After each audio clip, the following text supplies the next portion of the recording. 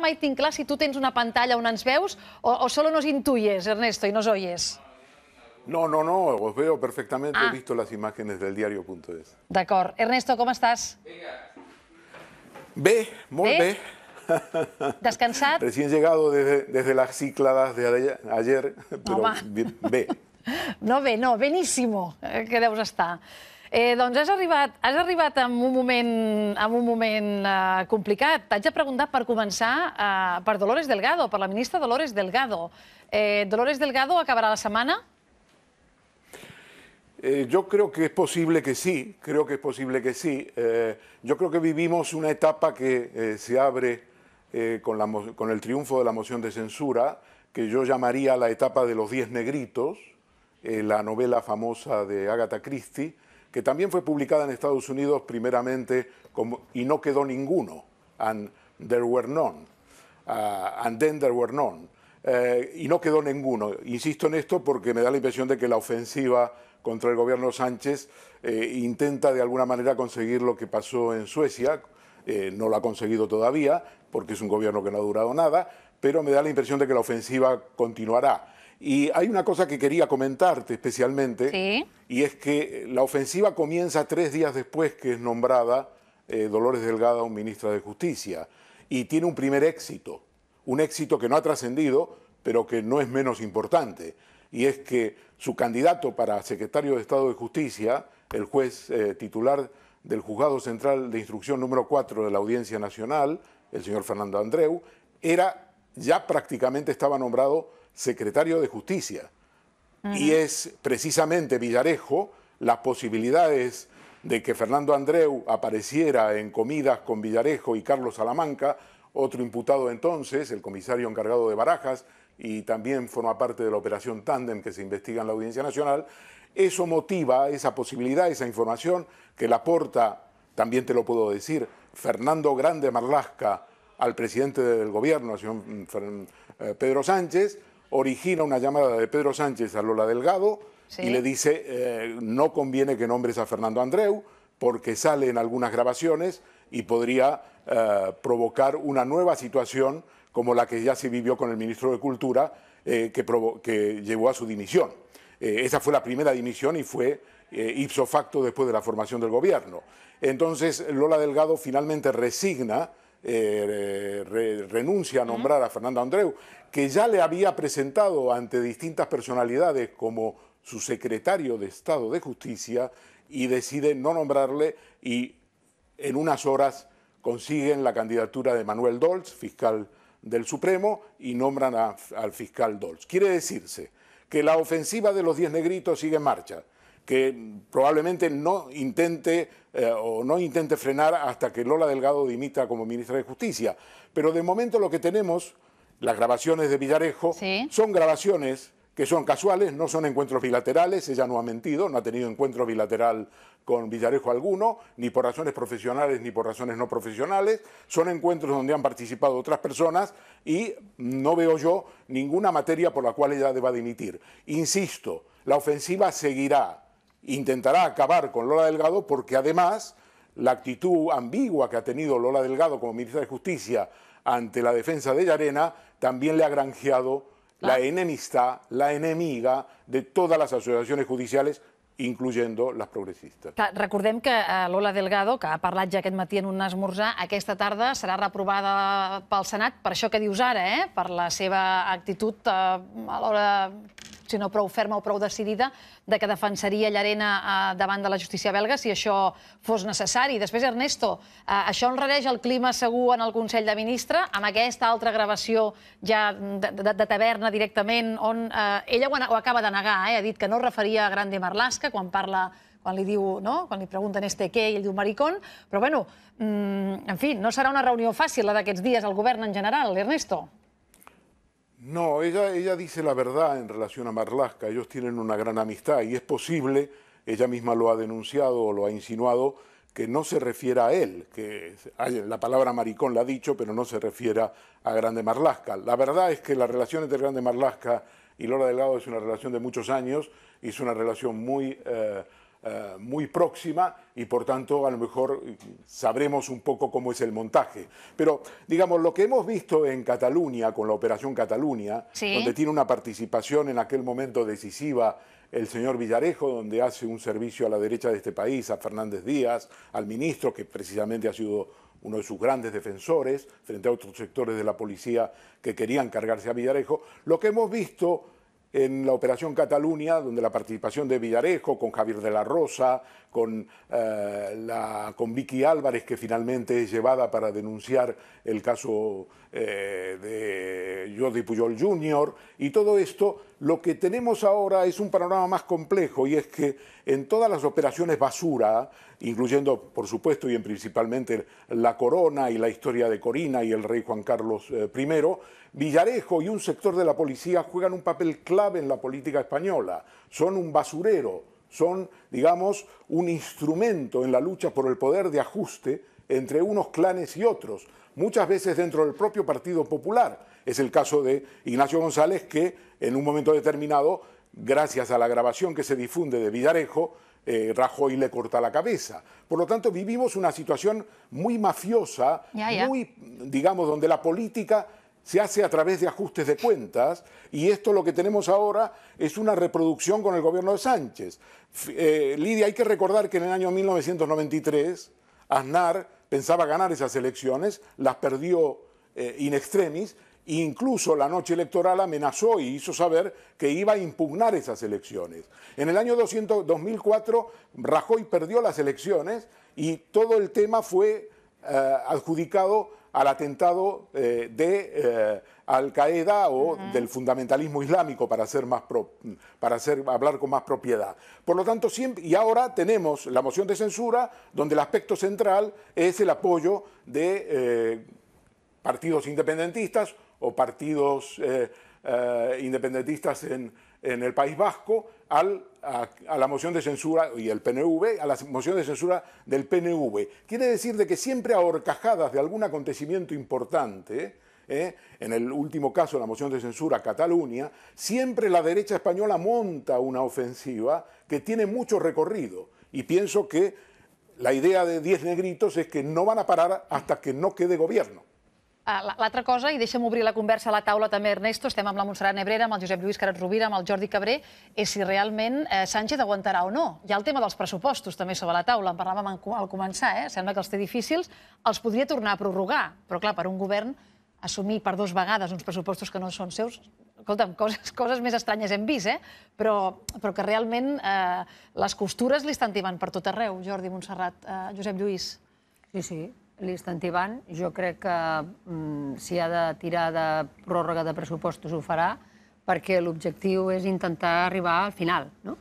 És la seva intenció, i jo crec que, malgrat que se li està demanant justament que convoqui eleccions i això provoca un desgast, és un temps suficientment petit com perquè pugui mantenir-se. Tothom sap que, deia Andreotti, que el poder erosiona, però està a l'oposició més. I per tant, que sigui quina sigui la situació i caiguin les peces que caiguin, poder controlar el que significa un govern de cara a convocar unes eleccions en el moment en què a ell li interessi, si pot evitar convocar-les ara, ho farà, i prorrogar els pressupostos no és una peça menystenible. Jo diria que la resistència vindrà també per la fragilitat que esmentàvem abans de la situació d'Espanya, de la situació, no vull caure en el mateix tema sempre, però la situació territorial. Ha estat molt gros el que ha passat, ha estat prou gros com perquè el canvi d'interlocutors s'hagi forçat, via moció de censura, etc., i que, per tant, es vulgui mantenir per arribar a alguna banda, o com a mínim per guanyar temps. Per guanyar temps. Perquè imaginem-nos per un moment l'alternativa, que és eleccions a Espanya, crisi institucional, és bastant probable que el PSOE no se'n sortís en aquest moment, i tornaríem una mica on estàvem, la casella de sortida. Tinc la sensació que el que s'hi juga aquí no és tant uns pressupostos generals, que és una cosa que, com tu deies, es pot prorrogar, per molt que fos lleig i per molt que fos una mica insostenible, es podria prorrogar. El que comença a ser insostenible de debò és la situació d'Espanya. I, per tant, com més temps puguin guanyar per arribar a alguna conclusió, a alguna proposta mínimament intel·ligent que no passi per l'autoritarisme, doncs suposo que intentaran aguantar-ho. Bé, jo crec que l'operació d'assetjament i desgast del govern de Sánchez no és que n'hi ha cada vegada més, sinó que sempre serà permanent, serà en tots els fronts i serà en tots els àmbits, utilitzant també, com hem vist en el cas català, la mentida, en algun cas amb la rumorologia aquella, el mateix Pablo Casado dient, esclar, que et posen una pistola damunt de la taula, no? No, rumorologia no, és que ho va dir. Sí, no, però diguem-ne... És que ho va dir. Si no, va fer això, això es converteix en rumor, es veu que han posat una pistola damunt de la taula. Qui ha posat una pistola damunt de la taula? És a dir, tot el que sigui perquè aquest govern caigui, jo crec que ho faran. Per tant, a partir d'aquí, jo crec que els pressupostos són un tema menor, és importantíssim, però tirant endavant. En canvi, cal veure si, com sembla que circula ja, que és possible que a finals de novembre hi hagi eleccions a Andalusia, el diumenge 25 de novembre, doncs cal veure què passa allà. Si allà els socialistes perden no l'hegemonia, sinó la titularitat institucional que tenen des de l'edat mitjana, doncs això sí que pot provocar, diguem-ne, un autèntic terratrèmol dintre del govern que els forci probablement a no esgotar com volen la legislatura i a donar aquesta imatge de normalitat com si no passés res, que fa el Pedro Sánchez, que a més és un senyor que es pot passejar pel món perquè, a banda, forma part del 20% del Congrés de Diputats que no només parla espanyol. El 80% només parla en espanyol. Forma part del 20% que, a més, parla una altra llengua. Malgrat tots els elements de normalitat, la dreta no perdona. I, per tant, PP i Ciutadans faran el que calgui perquè aquest govern caigui. Ernesto, comparteixes una mica que els pressupostos és el menor dels problemes que té ara mateix Pedro Sánchez sobre la taula, veient aquest moment estercolero que ens has dibuixat? No es el problema menor. Realmente el tema de los presupuestos puede hacer caer al gobierno Sánchez. No es el problema menor. Es un problema, de todas maneras, que no está escrito qué es lo que va a pasar. Por lo tanto, yo no lo daría como un problema menor. Creo que Pedro Sánchez querrá aprobar esos presupuestos, como es lógico, y querrá durar hasta prácticamente el final del mandato para convocar esas elecciones en mejores condiciones electorales. Pero es interesante preguntarse por qué Ciudadanos y por qué el Partido Popular están tan empeñados en pedir elecciones, porque las encuestas, lo que se conoce, no les favorece especialmente. Supongamos que se convocasen elecciones anticipadas y que no se pueda seguir adelante. Bueno, pues a lo mejor es muy posible que ganara el PSOE, supongamos que gane con 10 diputados más de los que tiene ahora. Volveríamos a tener una situación completamente ingobernable. ¿Por qué? Porque incluso aunque ganase el PSOE, sería muy difícil que se reprodujese la moción de censura. Quiero decir, la coalición de la moción de censura, mejor dicho. Por lo tanto, no habría posibilidades ni siquiera de formar gobierno. Habría que volver a convocar elecciones. En otros términos, lo que Ciudadanos y el PP están pidiendo conduce a una profundización de la crisis, en mi opinión, y a un agravamiento de la situación. Pero yo creo que están en la tesis de que cuanto peor, mejor. Y por lo tanto, seguirán insistiendo y desgastando al gobierno de Sánchez en mi tesis de los 10 negritos, y no va a quedar ninguno. Es decir, no va a quedar ninguno quiere decir el gobierno de Sánchez caerá. Yo creo que eso es lo que está sobre la mesa, ese es el plan. Están trabajando servicios de ciertos sectores de seguridad, ciertos sectores de la policía, y lo que tenemos es realmente una cosa muy preocupante, que ya la vimos en la Operación Cataluña, pero también lo vimos en cómo se instrumentalizan los ajustes de cuentas, incluso dentro del PP, y es, digamos, una descomposición, es lo que yo llamaría una descomposición de la situación política, de los partidos políticos, y la implantación en España de un Estado judicial, donde los únicos que mandan, los únicos que ejercen su autoridad son los jueces y las instituciones policiales. Un Estado judicial, que es el título, por otra parte, de un gran jurista alemán de hace 3 o 4 años. Estado judicial. Sí, i pràctiques una mica mafioses, En vam parlar en el seu moment, amb el tema Cifuentes, el famós vídeo, que algú havia guardat durant tants anys, de com ella es posava unes cremes a la butxaca. És que no és d'un ni d'un altre. La qüestió és, aquí hi ha algú que està utilitzant i agafant informació de qui sigui i la va llançant a mida que li interessa. I clar, aquí cui prodest. Sí. Ernesto, què és Moncloa.com? Tu que estàs més a prop, diguéssim. És aquest digital que básicamente es dedica... Sí, bueno, yo creo que en los últimos años, creado nuevos medios digitales, sobre todo tenemos el caso de OK Diario, que es una apuesta también por sacar información de cloacas, es una información que de alguna manera pues pertenecía básicamente a Villarejo. Villarejo se ha expresado a través de OK Diario en primer lugar, y ahora tenemos un nuevo medio. El propio Villarejo tenía una web que se llamaba Información Sensible y que su propia esposa dirigía, su esposa es periodista, y ahora tenemos nuevas marcas que van surgiendo para despistar sobre la ruta de la información, la ruta del flujo informativo. Moncloa, que es la que ha publicado el tema de Lola Delgado, de la ministra, y de Villarejo, pues es una marca más que intenta, de alguna manera, borrar las huellas del flujo informativo, crear nuevas dinámicas ad hoc a los efectos de engañar o difuminar el origen de la informació. Ernesto, ja ha quedat una mica... A més, com que una cosa en tapa una altra, vols dir que ara tot aquest sidral ens farà quedar el tema màsters i, a més, amb l'embolic que hi ha amb els fiscals i la jutgessa del màster ja ens n'haurem d'oblidar? Però, vaja, para no perder el flujo de la informació que tu dius, hi ha alguna cosa que hem de tenir clara de com està el tema màster, Casado, Montón... Bueno, el tema máster a mí, en fin, es interesante la llamada de la secretaria de una de las responsables del Ministerio de Justicia en la época de Catalá a la juez instructora del caso Máster, a la juez Rodríguez Medel, para preguntarle si Casado iba a ser imputado. Revela bastante de cómo funcionaba la Administración de Justicia. Ya lo sabemos, porque conocimos las grabaciones en el caso Lezo, el caso de González, donde se hablaba de Catalá, se hablaba de Estaplana, ya todo eso lo conocimos. Pero ahora nuevamente tenemos una llamada del 3 o 4 de agosto, donde una persona del gabinete de Catalá llama a la jueza instructora para preguntarle si le va a imputar o no. Tengamos en cuenta que Catalá apoyó a Casado en la candidatura. Catalá apoyó a Casado en la candidatura contra Soraya Sáenz de Santa María. Esto no es un hecho irrelevante. Por lo tanto, tenemos una clara aceptación, clara confirmación de la injerencia del poder político, si hacía falta, pero para el gran público sí hace falta conocerlo, en los asuntos de la justicia. En relación al tema de Casado, eso es un tema que es un tema de calificación jurídica. La Fiscalía ha hecho un informe y ese informe tendrá que decidir el Supremo.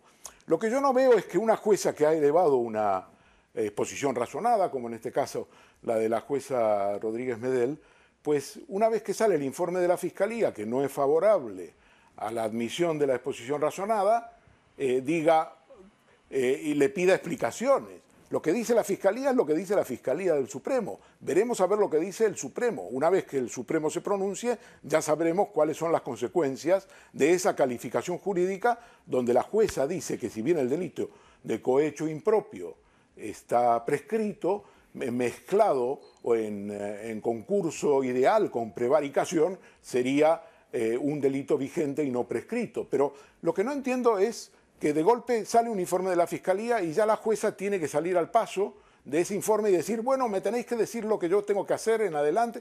La jueza sabe lo que tiene que hacer y decir, para eso es jueza. Hay que esperar a ver qué dice la Sala del Supremo, que tiene que decidir sobre el concurso ideal entre prevaricación y cohecho impropio, y ver qué va a pasar. Yo tengo mi opinión. Creo que efectivamente la Sala del Supremo no va a admitir la exposición razonada y va a considerar que una persona particular no puede prevaricar, salvo en condiciones excepcionales que no se dan en este caso.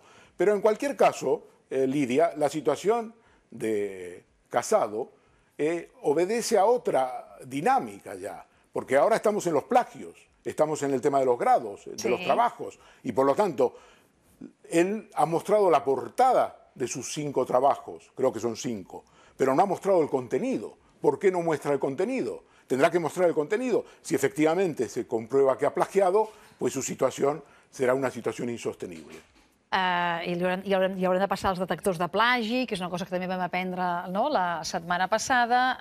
En fi, Ernesto, si tu dius que no ho entens, doncs imagina't com estem nosaltres. Ja sobre el tema dels indults, que no sé si ha arribat a les Cíclades, el tema dels indults, Ernesto, però en va parlar la delegada del govern Teresa Cunillera, la vicepresidenta Calvo també aquest cap de setmana s'ha expressat en la línia de dir si el judici triga s'haurà de replantejar aquesta presó provisional. Pedro Sánchez continua sense voler parlar explícitament d'aquest tema, malgrat que no desautoritza ni desmenteix a cap dels seus ministres. No sé si tu, pel que fa al judici, tens alguna informació que valgui la pena compartir, perquè s'ha dit una mica de tot, de que si seria ja novembre-desembre, passaria per després, sentència després de les municipals en tot cas. Yo creo que la fecha del juicio más razonable, de acuerdo a cómo están las diligencias pendientes, los artículos de previo pronunciamiento, el auto de apertura de juicio oral.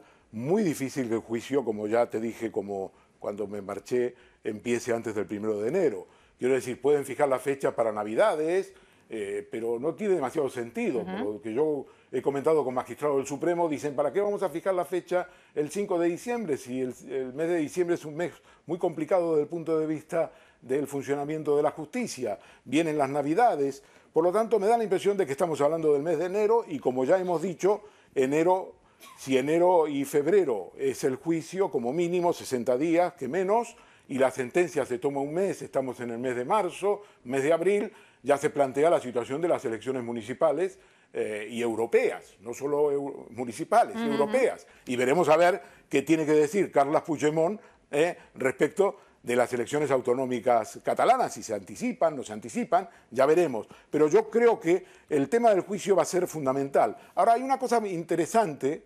que comentar, y es que el problema que tiene la publicidad del juicio en el mes de noviembre, de un hipotético intento de hacer el juicio a finales de noviembre del procés, es que el 26 de noviembre, Lidia, empieza el gran macrojuicio del caso Bankia, la salida a bolsa de Bankia. Tenemos 32 administradores encabezados por Rodrigo Rato y José Luis Olivas en el banquillo. Tenemos a la auditora Deloitte. Quiero decir, la opinión pública va a estar muy focalizada, y los medios de comunicación, en el juicio de Bankia y todo el tema de la corrupción que eso supuso y, digamos, del engaño masivo de inversores. No es un buen momento tampoco, si el Supremo quiere lograr, y creo que lo quiere, un máximo impacto sobre el juicio del procés, solapar el caso del procés con el juicio que empieza el 26 de noviembre de Bankia. Doncs, en fi, no només hauran de combinar-ho amb cites electorals, sinó que, a més, malauradament, hi ha competència per grans judicis aquestes pròximes setmanes. Ernesto, encantats de tornar-te a saludar. Veig que se t'han posat bé aquestes vacances a les Illes Gregues, cosa que celebrem, i esperem també, que sabem que tens aquest llibre de Bankia, no sé si ja a punt o no a punt, però de seguida que el tinguis, t'esperem aquí al plató, eh? Sí. Per això. Estará a finales de noviembre. Es el libro negro, lo que explica es por qué el banquillo de Bankia no están todos los que son. Doncs, escolta'm, el libro negro lo querremos leer i el voldrem tenir-te tu i el llibre en aquest plató. També ben tret, a finals de novembre, també perquè estigui la cosa... Vaja, que la gent tingui ganes de saber coses al voltant d'aquest judici. Ben fet, Ernesto. Una abraçada. Gràcies, adéu. Que vagi molt bé.